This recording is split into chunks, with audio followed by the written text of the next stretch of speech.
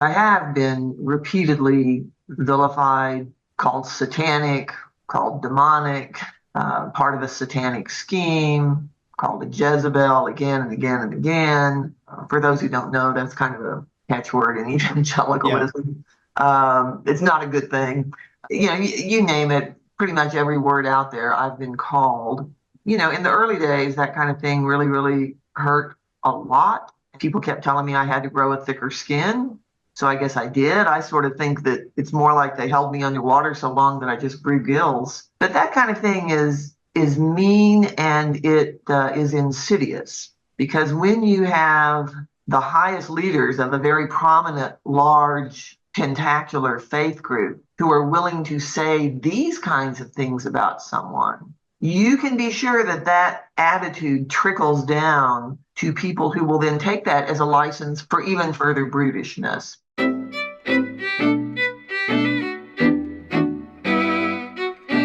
Hey, I'm going to introduce you properly here and pretend that this is an actual podcast and that we're not just talking. Um, my name is Frank Schaeffer. This is In Conversation with Frank Schaeffer, my podcast. It is a live event on YouTube. It then goes to all sorts of places where podcasts are listened to.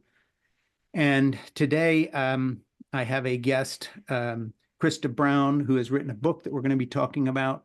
Um, Christa has persisted for 2 decades in working to peel back the truth about clergy sex abuse and cover-ups in the nation's largest Protestant denomination, which, in case you don't know, is the Southern Baptist Convention, and was one of the first to go public with substantiated child molestation allegations against a Baptist minister. Christa is the author of the book we'll talk about here, Baptistland, a memoir of abuse, betrayal, and transformation. Here's the book.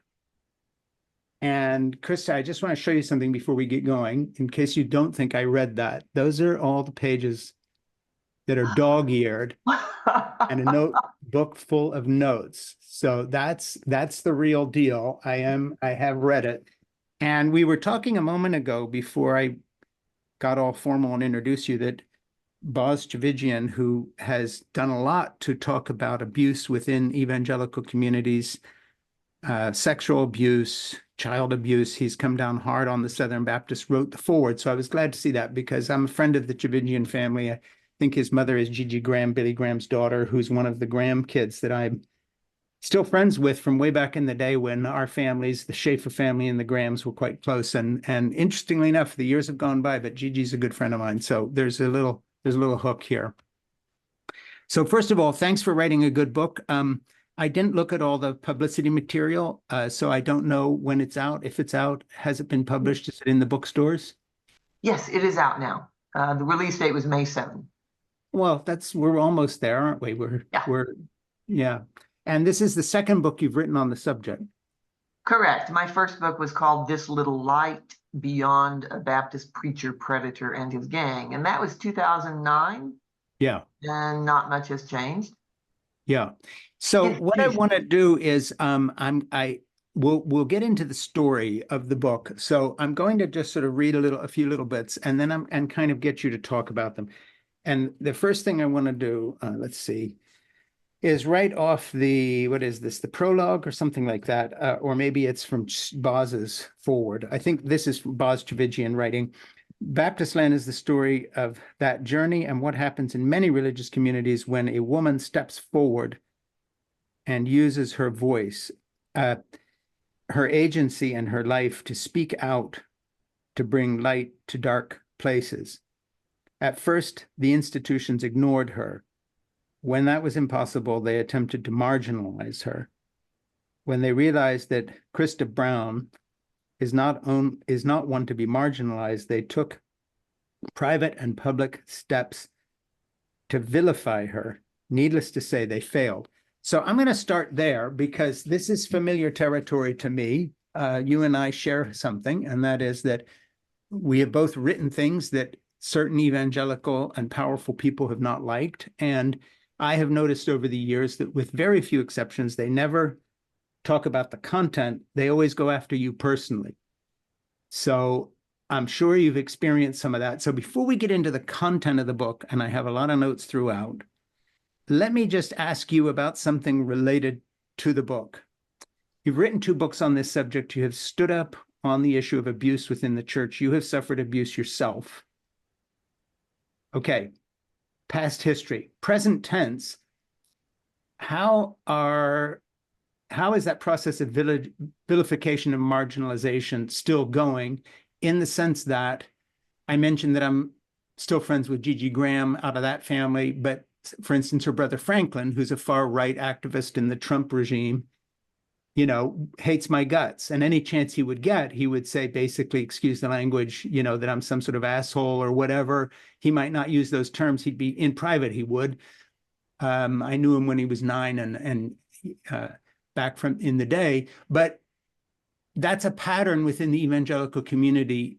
If you bring things up they find uncomfortable, they don't deal with the issues. They try to deal you out. Talk about that part of your experience, and then let's get into the content.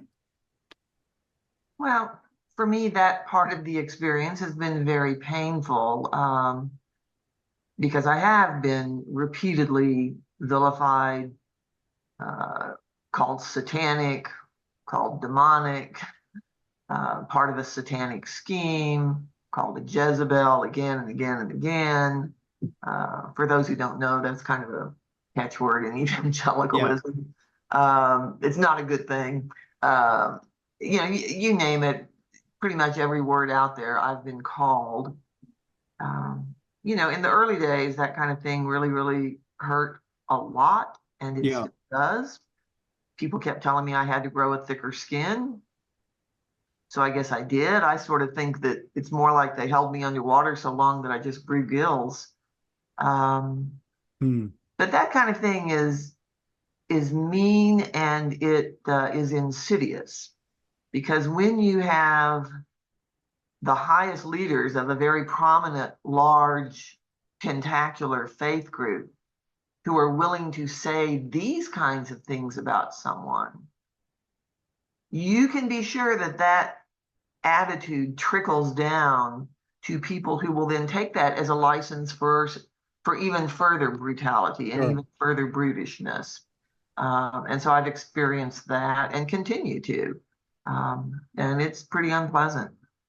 Let me get into the book itself. Again, I'm at the beginning of the book, and I think this is from your prologue here. Or maybe this is you at the start. My first life ended when a Southern Baptist pastor took an unholy hankering to my young lionette legs. Of course, I didn't know if my life had ended. I was just naive, far too trusting church girl.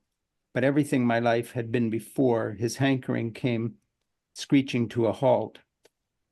And I was never a kid again. My second life ended when my lousy brother-in-law decided he had, quote, married the wrong sister and made a move on me. In some ways, that second death was sort of like the first, but maybe that's just the nature of death. There's before and there's after. But even though there's no blending of the two domains, it's only much later when you realize you're in a different place. My third life ended when I started talking about what that predatory preacher man had done to me. So let's just review for people who don't know your story.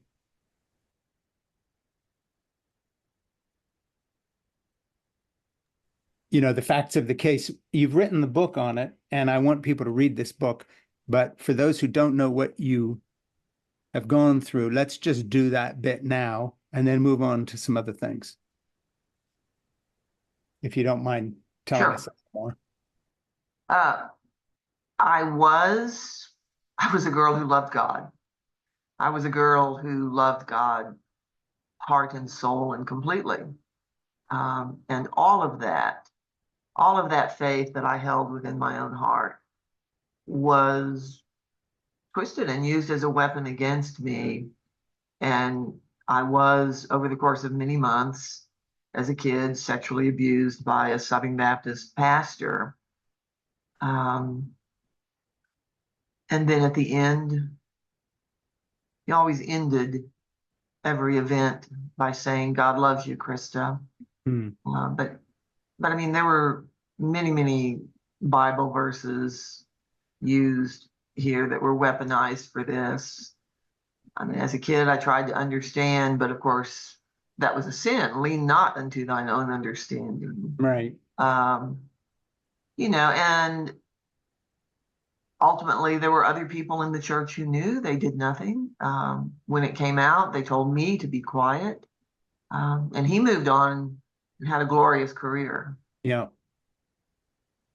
Let me fast forward to something here that I think ties in with what you're talking about. You say Tommy always had a Bible verse at the ready, and how could I argue with the Bible?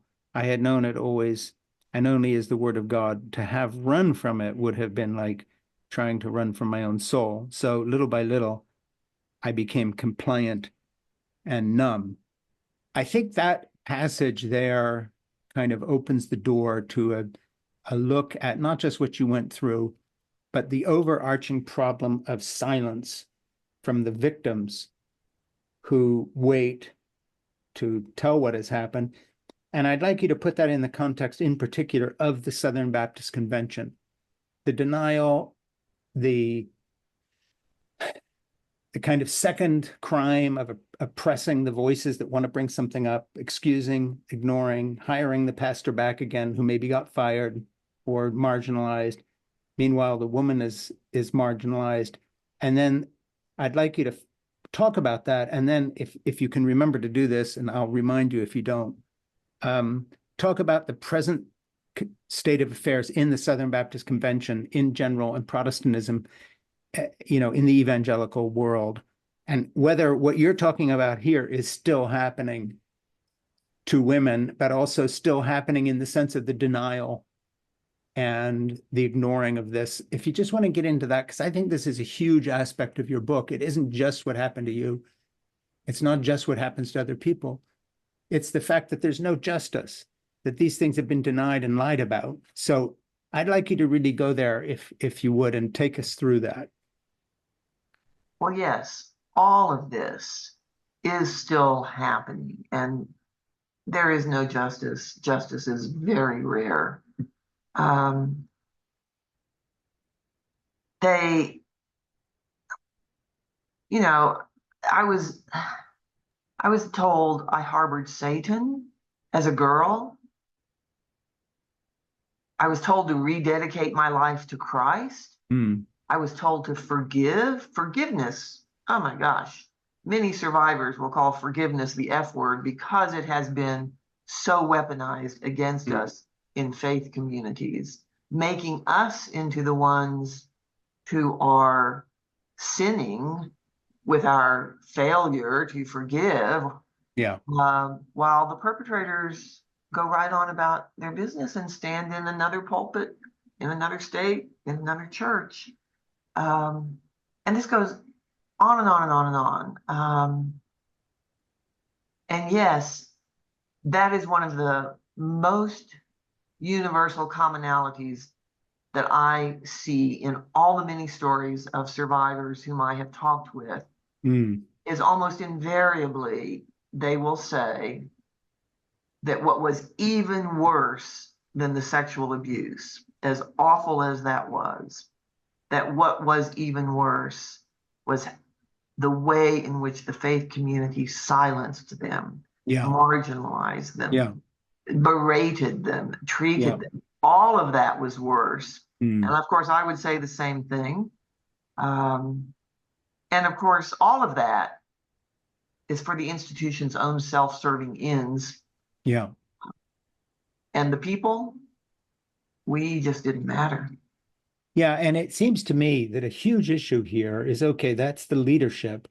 But of course, there are people who are sitting in those churches who kind of know what's going on, and they are part of this.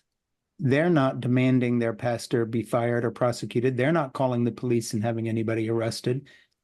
Talk for a minute before we get to the next bit here that I want to talk about in your reaction to Mr. Moore and what was happening with that.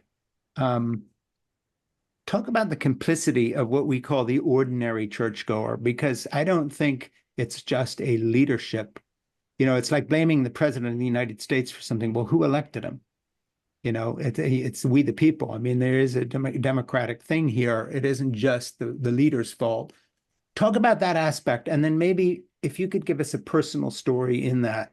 In other words, talk about the aspect of complicity of the people who should be just ordinary Christians stepping in to do something, and then maybe a little bit of your own story of how you were treated by, quote, ordinary people who turn their back on you.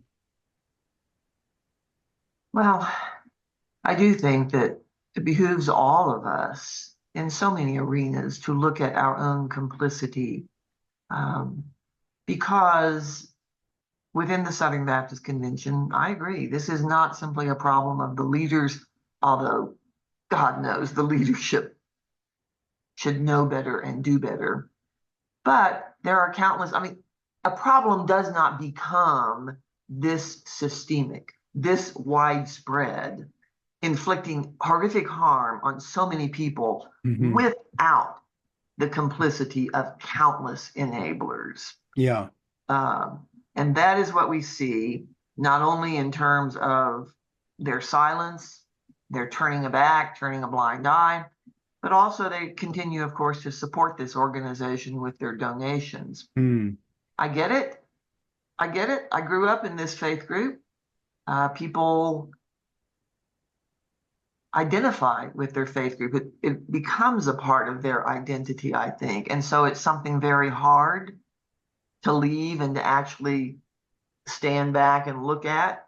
But I think that is what people need to do, because over the course of decades now, we have seen virtually no evidence that this faith group is earnest in any way about reform to make kids and congregants safer.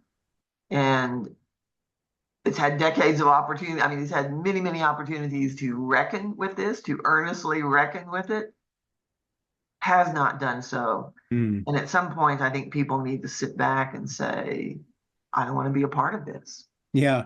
And, I one thing I'd like to get your opinion on, irrespective of the book, just because you know things and have been there and done that. What do you think it is in particular about the Southern Baptist Convention? By the way, when I was my dad's nepotistic sidekick on the road when he was getting cancer treatments at the Mayo Clinic, I filled in for him and was the keynote speaker at the Southern Baptist Convention one year, and 23,000 pastors, and I gave the speech. So I had my moment. When was that? Maybe 1983, 84, when Dad was. Oh, wow. He died in 84, so maybe it was 82, 83. I forget the year. Anyway, that was my moment. But seriously, for a second, would you talk for a moment, give it your best shot, and talk about the peculiarity of the Southern Baptist Convention and that group of churches? Because, that kind of obdurate denial goes right back into the systemic racism in the same denomination. It goes into their treatment of gay people, but it also, not to put too fine, you're white, you're a church girl. Apparently that same inability to look at themselves honestly extends to white church-going young women, just in the same way that it extended to Black men and women that were being persecuted, lynched, vilified, denied the vote by good white church-going people. What's the deal with just the Southern Baptist Convention? Why this kind of top-heavy sense of malfeasance, denial, and, there's a darkness there, which is, this is a big historical fact in American history. Well, you're right. There is a very deep darkness there. I think it was William Faulkner who said the past is never gone. It's not even past. Yeah. And the Southern Baptist Convention, I mean, people need to remember the roots of this organization. It was literally founded in order to pursue slavery, in order to send missionaries who were slaveholders, in order to promote and perpetuate slavery, and then later Jim Crow and all of that. This is the very foundational core of the Southern Baptist Convention, using theology to legitimize a horrific social structure, to sanctify a bloody civil war, to dominate many other people for no reason other than their color. And I, to this day, yeah, they made some apology, whatever it was, back in 1995. But I do not see that they have ever really reckoned with how they got it so wrong on race. And now what I see is that same sort of theology of oppression and domination and hierarchy based on how people are born. That same theology is being used to legitimize power structures, social structures by which white men largely, by which men should dominate, women should be submissive. Yeah. And it's really much the same thing. Yeah, and it seems to me it's not coincidental that as a denomination, whatever the official public position is, that it just seems anecdotally that a lot of the men in that denomination would be voting for Donald Trump again. And of course, there again, you have a level of hypocrisy that's mind-boggling in terms of the family values aspect that they've held forth on. I just want to reintroduce you. This is In Conversation with Frank Schaeffer, and I am Frank Schaeffer. And my guest today is Christa Brown. And Christa has persisted for 2 decades in working to peel back the truth about clergy sex abuse and cover-ups in the nation's largest Protestant denomination, which is, of course, the Southern Baptist Convention. And we're talking about Christa's book here, which I have dog-eared in reading from notes. And here it is. And I hope everybody out there pays attention. Baptistland, a memoir of abuse, betrayal, and transformation. And just remind you that you can subscribe to In Conversation with Frank Schaeffer on Apple Podcasts and also to my Substack commentary. It has to be said at frankschaeffer.substack.com, where I get to talk about things like this. And we'll be, by the way, Christa, promoting this book in other commentaries because I really think you've written something important. In addition to which, I would like to ask you here if it would be okay for us to include your book in our book club. It has to be read. And that way we can keep promoting it. Of course. And we will hopefully sell 2 more copies for you. Thank you. Which wouldn't have been sold otherwise. Yeah, so it's really an important book, and your story needs to be heard. I wanted to go back to a little thing here, which is sort of like a snippet. Just leave it in God's hands, said Moore. Then he pointed out that since Sue was pregnant, Tommy's marriage was probably suffering. From my perspective now, that seems a terrible explanation, but at the time, combined with everything Tommy had told me, it all made sense. Sue was pregnant. Tommy's marriage was going through a rough patch, and I had been a temptress who harbored Satan. That's a lovely paragraph, by the way. You're a good writer, and I would like you to amplify that and sort of tell the story of what's going on here, because I think it's so indicative of the level of hypocrisy of using biblical references in essence to, and then casting in the teeth of someone who's been abused. Now all of a sudden they're the satanic problem. And if you had your life in tune with God, you would somehow roll over and switch from victim to sympathetic observer of the problem that led to the sin that is kind of in the end your fault. There's so much, that paragraph, I'm just going to read that again because I just want everybody to understand you're a good writer. Just leave it in God's hands, said Moore. Then he pointed out that since Sue was pregnant, Tommy's marriage was probably suffering. From my perspective now, that seems a terrible explanation, but at the time, combined with everything Tommy had told me, it all made sense. Sue was pregnant. Tommy's marriage was going through a rough patch, and I had been a temptress who harbored Satan. There's a book in that paragraph, and you've kind of written it here, but unpack that for us because there's so many layers to that cake. I want you to show me how that all worked together. What's going on? There's like 10 things happening here. Let's talk about them. Well, Moore was the music minister of my childhood church, and he Right. was also my piano teacher. I Yeah. had my piano lessons in the church sanctuary. And there had come a day when I was just so distraught that I could not function. And I literally froze at my piano lesson, just couldn't do anything. And what I told the music minister was, I had an affair with Tommy, the youth pastor. Will I go to hell? Mm. That was my very deep concern. Will I go to hell? And of course, I was raised in a faith that, hell wasn't just some metaphorical thing. This was where you Right. burn forever in a literal hellfire and you never get to burn up. Yeah. Um, and so the music minister took me aside. He told me to never talk about it again. Um, and being the good girl that I was, I didn't. Well, and the person you were with, his wife's pregnant. So the assumption is, look, he's probably having less sex at home. So what he did is understandable, but not you. Exactly. Exactly. I was the one who was the temptress. Um, and I believed all that too, that I had been the one who had committed some grievous sin. Yeah. Yeah. And years later, many, many years later, what really felt like a betrayal was when I learned that when I broke down at that piano lesson, that wasn't the first time the music minister knew about it.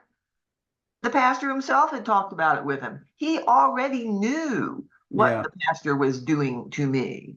And Yeah. yet he had done absolutely nothing and allowed the abuse to escalate. Yeah.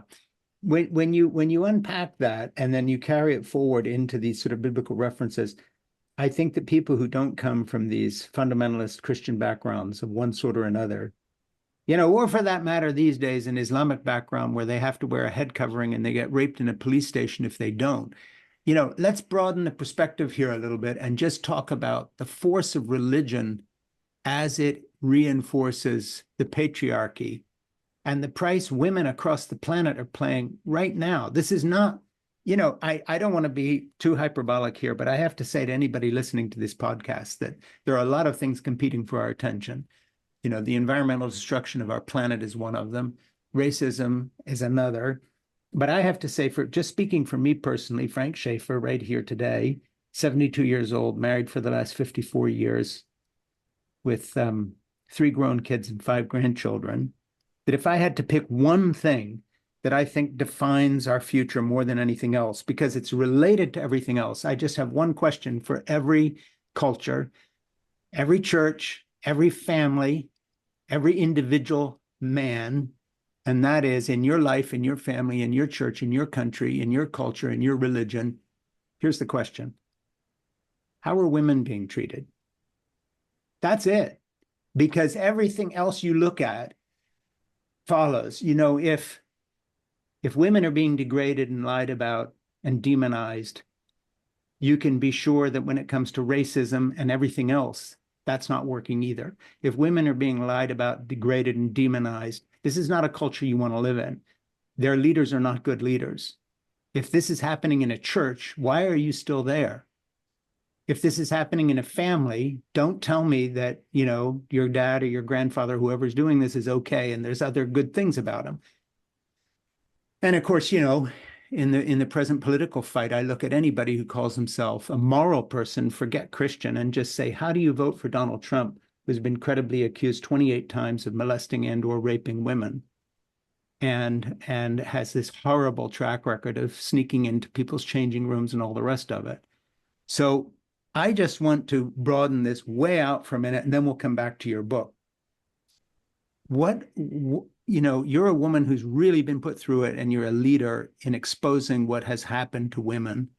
You're talking to an old white guy who's outraged at what happens to women.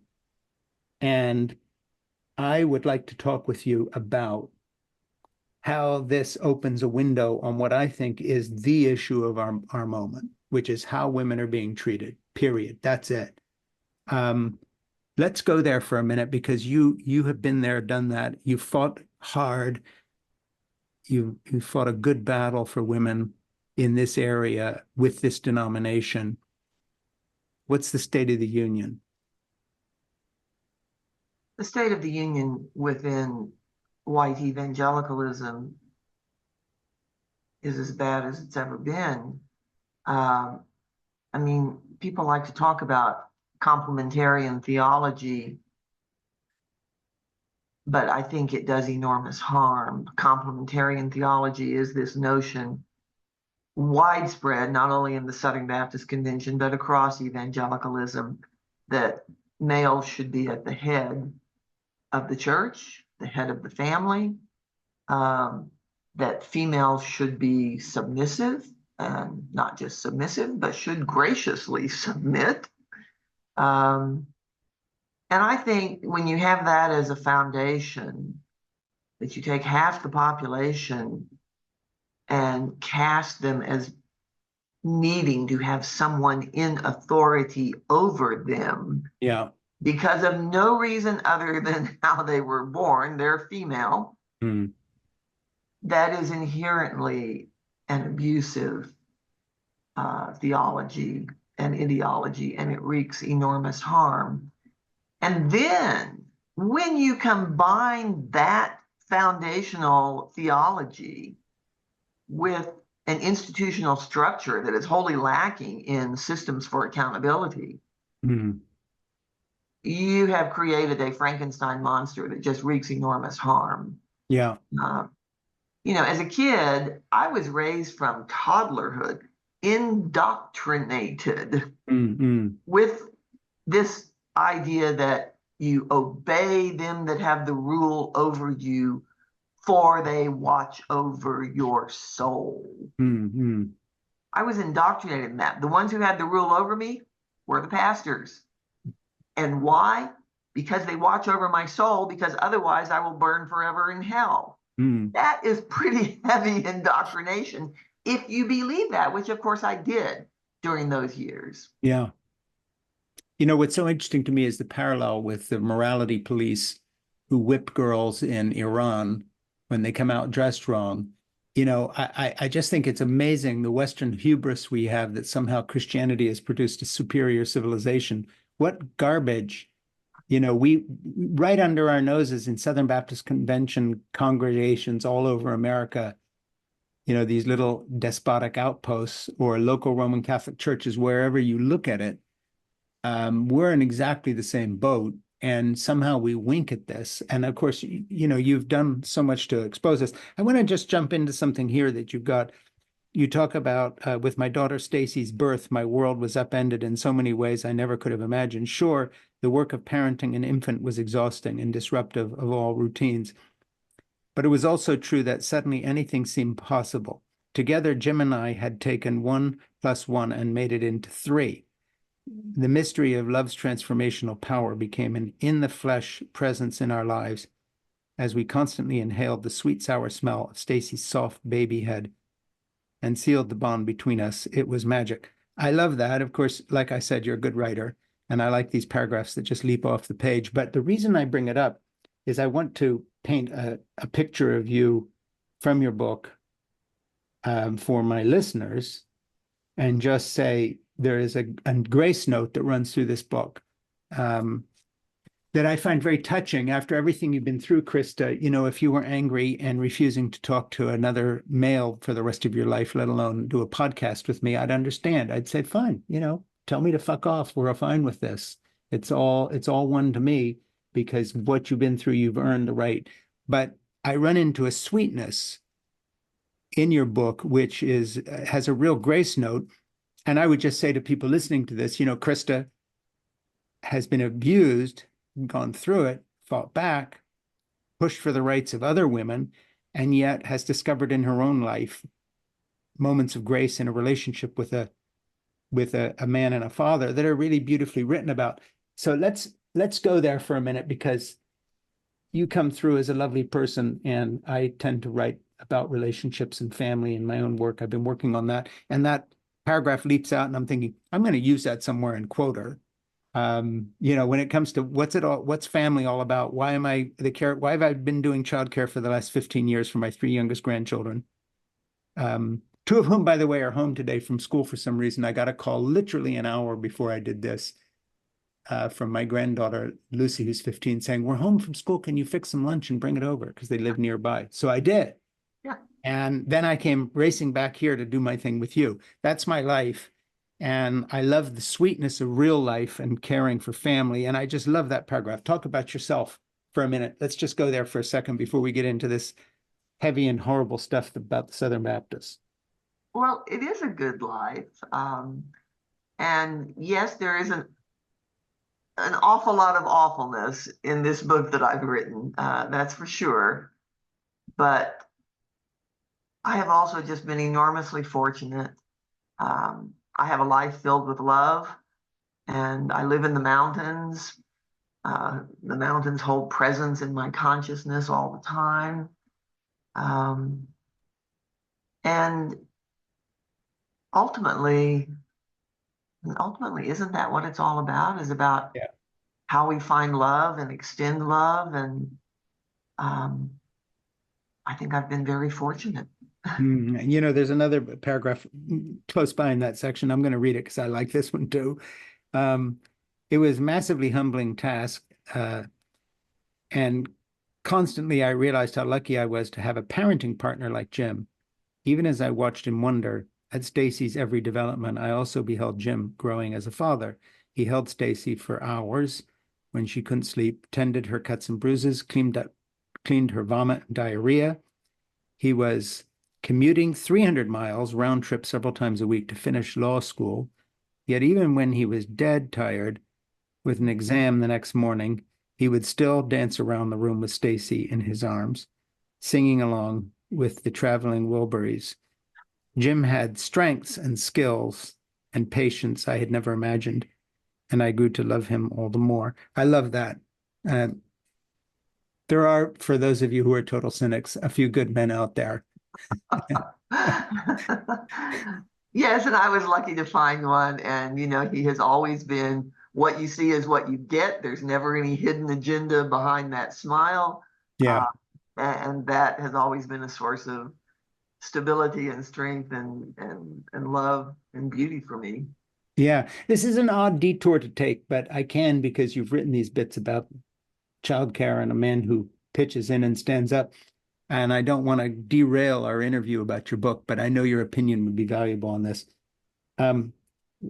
What is it about becoming a male in American culture in our modern moment that has gone off the rails? When you look at levels of depression and suicide and the problem so many men have in standing up in a relationship and helping, the number of women that I talk to, just the moms I talk to every day in the schoolyard when I'm picking up my granddaughter, who are just very frustrated with having relationships that are not reflected in what you wrote about him helping out and doing. Do you have any theories on what's happening with American men and family relationships? Because this is a big subject. And since you write so positively about him and you point out that it's so deep in your relationship, the way he responded and helped you care for your child, I know you've thought about it because here it is in the book. So you want to go there for a minute? Well, you know, I don't know because I'm not a man, but what I see from my perspective, I do think there's a lot that presents masculinity with a very toxic sort of view nowadays in our culture. And certainly that is true in white evangelicalism. And it presents masculinity where it is more linked in with domination. And I think that's such a limiting view.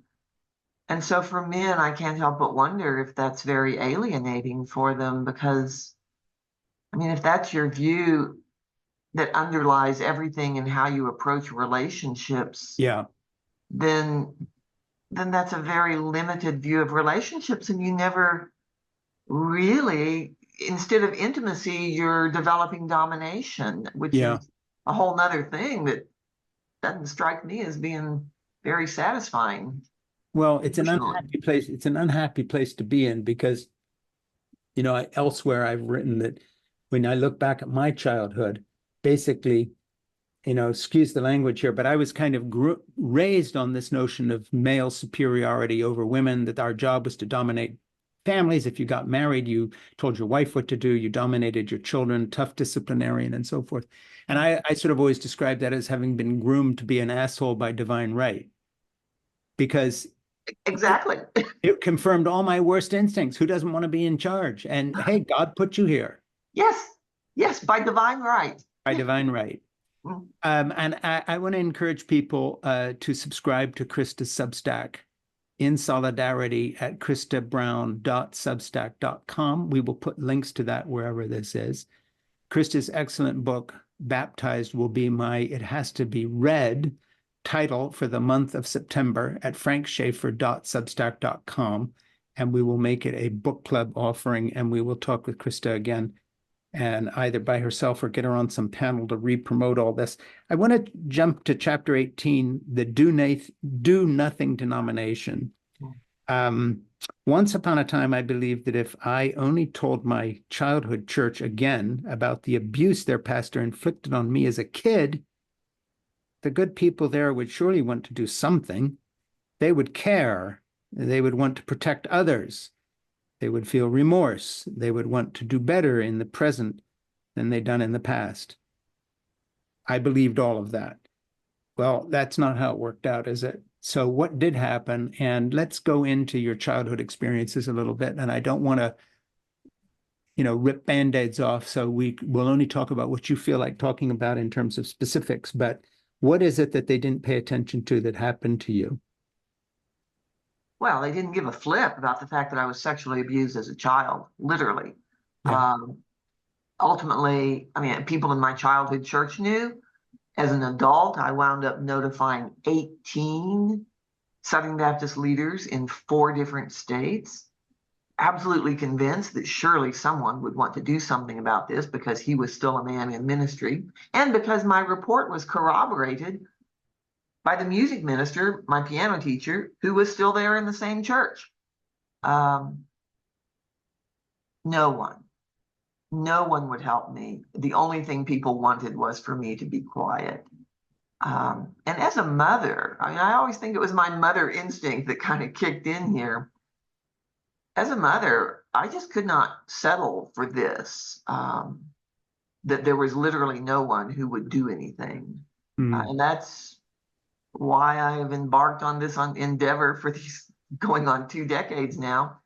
I no longer believe that they will change. I used to believe that, but I still believe that there is value in bringing the truth to light about this massive institution.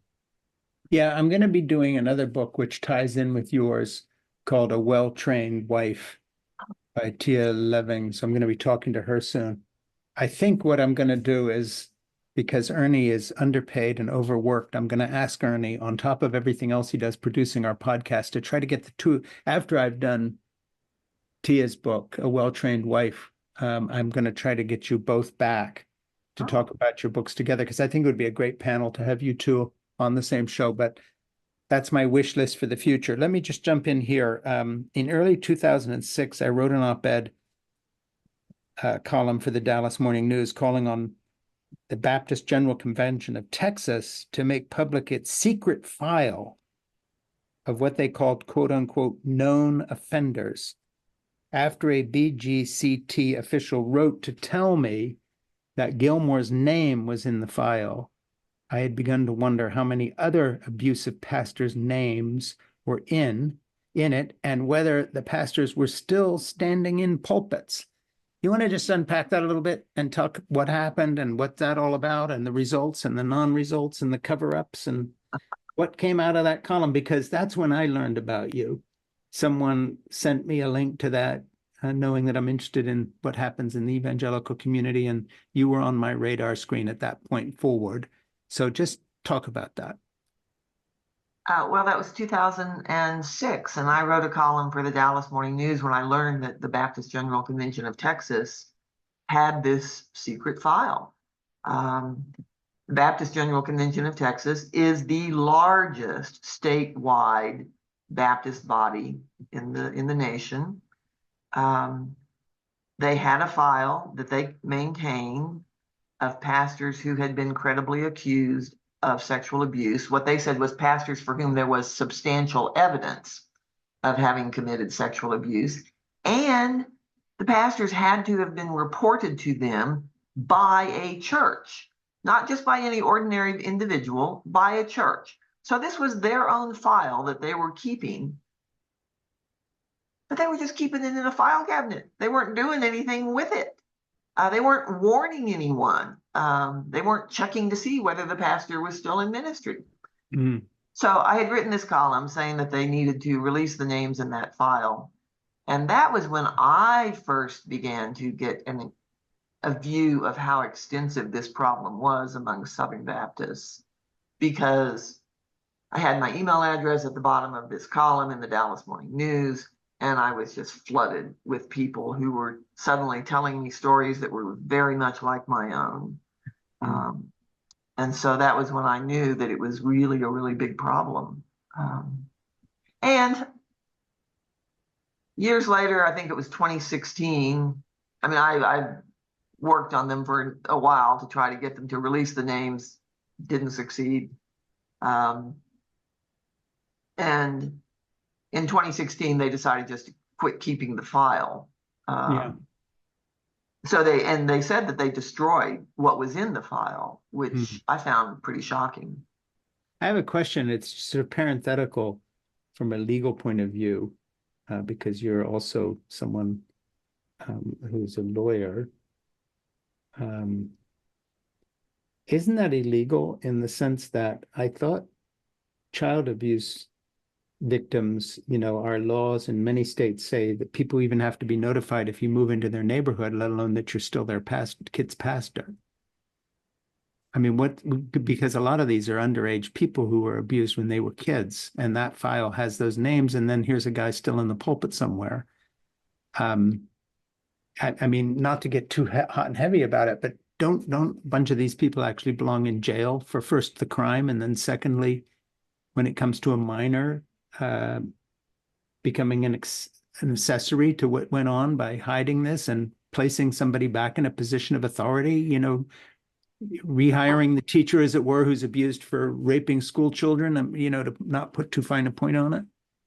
Well, if they could be prosecuted, yes, they do belong in jail. Of course, one of the problems is that in many, many states, and particularly in southern states where Southern Baptists are dominant, statutes of limitation are way too short for prosecuting child sex abuse crimes. Yeah. That is changing in some states, but it's changing very slowly. And so oftentimes these cases cannot be criminally prosecuted. And often it is precisely because the church leaders who knew about it kept it covered up for long enough that the statute of limitations ran. Yeah. And basically they're counting on that. Yes. Yes. Yeah. Has there ever been a situation where somebody did the right thing and other people could have done that you can point to and say, well, look what they did with this guy, where this particular congregation actually did the right thing and had their pastor arrested, and he got 20 years, and they apologized and closed their church and gave all the money to the Red Cross? I mean, I'm being a little facetious, but is there anything, did anybody get this right anywhere that you can point to and say, here's a guy, here's a male who apologized publicly and stepped down and understood what he had done and changed his life and, went off to do something else? Well, the cases I follow are by and large in conservative white evangelicalism, largely the Southern Baptist Convention.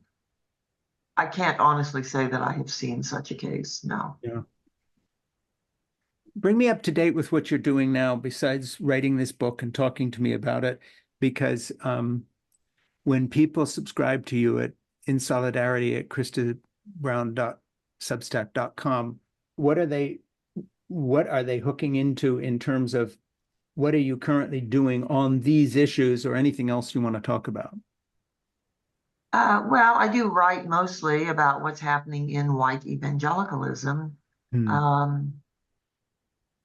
which influences the society at large, as we see with their massive support of Donald Trump. Yeah. with Christian nationalism. All of these are very current issues. I will be going to Indianapolis this year during the time that the Southern Baptist Convention is holding its big annual meeting there. That's in June. I'm going there just sort of as an act of holy defiance, I think. A lot has happened in Indianapolis in the past, and so I want to go and recall that history for people. Yeah. And I will be doing a book event there with Sarah Stancorb, who is the author of Disobedient Women, also a mighty fine book. So I'm looking forward to that. Do you know her? Yes. Good. Put her in touch with my producer, Ernie, and let's have her on and talk too, and we'll get you both back as well. So that sounds great. Do me a favor, because we like to talk about these issues, and we want to give them the light of day. So anything you think of, like her or her books or her work or somebody else, please let Ernie, my producer, know about this. Will do. Hey, I have a question on the whole Donald Trump, rerun, and his ability to get so many evangelical white Christians, and by the way, Hispanic Christians as well, who are more true to their theology than they are to their ethnicity or their rights as Hispanic Americans, because they come from similar backgrounds. It's not just Southern Baptists, it's all these Pentecostal communities where men are also in charge, and you have the whole patriarchal model, and all sorts of social issues where they would agree with the far right. How do you look at all that in terms of this question I get from people in the media? Rachel Maddow used to ask me this all the time about my memoir, Crazy for God. And then later, when Trump was elected, you do keep getting this question: how can Christians vote for a person like that? Porn star, pay off, all this stuff. And I would explain to them that once you decide that Trump has been anointed by God, then it doesn't matter what he does any more than it matters what a pastor does to a young woman in the pew when he's God's anointed to lead that church. It's very hard for people who don't come from our backgrounds to wrap their head around this. Talk about Donald Trump, the rise of Christian nationalism, the religious right. Go there a little bit, because the perspective you bring connected to your book, Baptistland, I think, you'd bring some good perspective to that if you don't mind digging into that a little bit. I mean, what's going on there? Well, I think you're exactly right. Once you decide that God has anointed someone, then the anointed one can pretty much do anything they want. And I too got that question a lot. How can as far back as 2016, how can evangelicals support this person? Isn't it contrary to everything they believe? Because of his rampant immorality. But from my perspective, it always made perfect sense. Because what I saw was that they normalized and minimized the sexual predations of a politician and a president, in exactly the same way that they normalized and minimized the sexual predations of their own clergy colleagues. And also, I view their theology as fundamentally being authoritarian in nature because it's founded on notions of oppression and hierarchy, not on full human flourishing. And so, with a theology founded on authoritarianism, they have supported and championed someone who is very authoritarian in the form of Donald Trump. I think he fits with them. It's not an aberration for evangelicals. It is who they are and have been for a long time. Yeah, I think I just can't believe how well you put that, but also how true that is. And it can't be said enough, because the question's always asked as if this is an aberration. How can such wonderful people with family values support this guy? And of course, it even goes in other areas besides the quote unquote immorality, you know, the ability to be a con artist and raise money and make tons of money from something illegitimate. You know, I mean, you could go on forever about this, but I just think what you've just said is really, really, really important. This is not an aberration.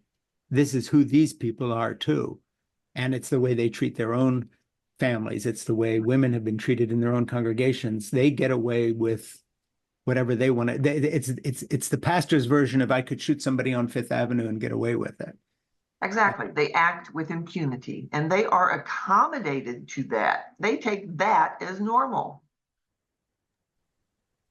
Yeah. How would you think that, you know, what do you think the chances are of anybody having second thoughts about, say, supporting Donald Trump on the basis of what's good for the country rather than this kind of personality cult that has risen around him, which again is so similar to the personality cults of the mega churches and the big evangelical leaders and the authors and the spokespeople and all these other things. Again, it's all part of that whole cloth. It's not, this is an anomaly, how do you explain it? No, this is par for the course. They finally got one of their own as it is. You know, I mean, in other words, Ronald Reagan, George Bush, whatever you think of them, they were not one of these people. They were what you'd call an ordinary politician with all their faults. But in Donald Trump, you basically have an evangelical leader of a big church who just didn't get the theology part down. But other than that, you know, he's selling you his own version of the Bible. You know, he's a huckster. He's a con artist. He's perfect. You know, he could have founded Oral Roberts University. I mean, I've seen this guy 1,000 times in my life meeting big time evangelical leaders. I mean, I knew Trump, you know, before he left home that morning to go down the Golden Staircase. So I'm so interested in the way you're talking about that. And I'd like you just to talk a little more about that, because I just think people don't get this. He is one of them. Yes, he absolutely is one of them. This is why they champion him. Mm-hmm. I very much, I hope I'm wrong. I very much fear and worry that as a democracy that we are moving toward a theocracy. And that is because of the enormous power of religion. I mean, both on a micro level where faith is weaponized to perpetrate sexual crimes against kids. But then that it is that same dynamic essentially that shifts to a macro level where faith is exploited for domination and authoritarianism. And it seems to me that we're moving that direction. And it speaks to the power of faith, and I worry about it. Yeah, and it's not coincidental that the list of people he was given to appoint are religious fanatics on the Supreme Court now backing up what he's doing, so that Christian liberties are treated altogether differently than other civil liberties and put on a different level. And the agenda, whether it's reversing Roe or everything that's come since and will come again in a second term with a vengeance, you know, you ain't seen nothing yet, because unlike previous administrations, he has the backing of the Supreme Court. And it's not a coincidence that they are fanatical conservative Roman Catholics, and or that's the majority. I mean, you know, there's a white evangelical woman who is part of the insurrection of storming the Capitol, actually exchanged emails with people backing that. That's a Supreme Court wife, Amy Coney Barrett, who was raised in a very bizarre Roman Catholic / evangelical cult, you know, on the edge of even Roman Catholicism. It was so conservative and weird. You know, these people have been pulled out of the milieu of a theocratic kind of movement that has been grooming itself to take power, hopefully, you know, all ever since Roe v. Wade and from before that. So I don't know. I mean, and they legitimize it all with the voice of God. Yeah, we're in an odd place, and they are theocrats. They're not into democracy.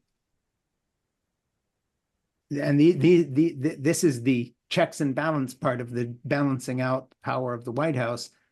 if Trump gets back into office, you have people like the Heritage Foundation putting together position papers on the next steps they will take in the direction of theocracy. Right.